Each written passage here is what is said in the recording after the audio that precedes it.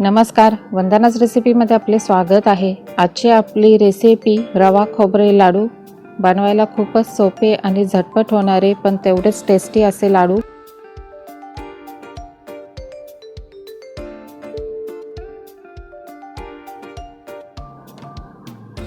रवा खोबरे लाडू बनवण्यासाठी लागणारे साहित्य: बारीक रवा, दूध, पिठी साखर, डेसिकेटेड कोकोनट, तूप, काजू, मनुके, वेलची पावडर।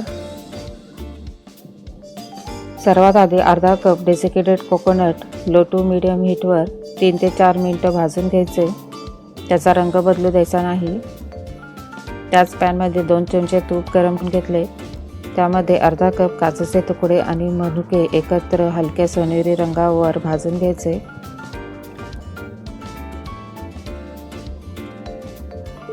पॅनमध्ये अजून 2 चमचे तूप गरम करून घ्यायचे। 1.5 कप बारीक रवा तुपात परतून घ्यायचा। रवा लो टू मीडियम हीटवर 15 ते 20 मिनिटं सतत हलवून छानपैकी गुलाबी रंगावर भाजून घ्यायचा। रवा भाजायला तूप कमी पडत आहे म्हणून अजून 1 मोठा चमचा तूप त्यामध्ये घातले आहे। ते नीट मिक्स करून रवा छानपैकी भाजून घ्यायचा।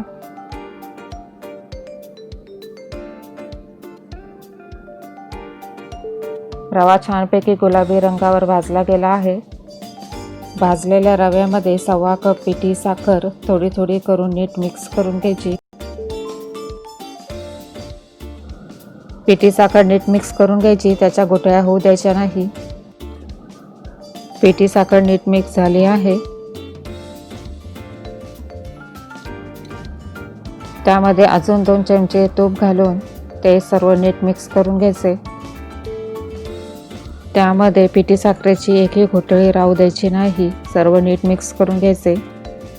या मोठ्या पसरट भांड्यामध्ये भाजलेले डेसिकेटेड कोकोनट, काजूचे तुकडे आणि मनुके ठेवले आहेत।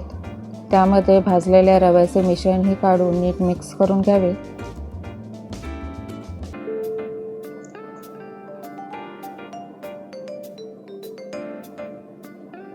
त्यामध्ये 1 चमचा वेलची पावडर घालून ती नीट मिक्स करून घ्यायची।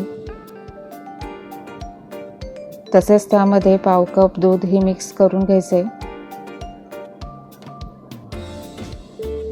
रव्याचे मिश्रण गरम असतानाच हे सर्व करायचे, त्यामुळे रवा छानपैकी फुलला जातो।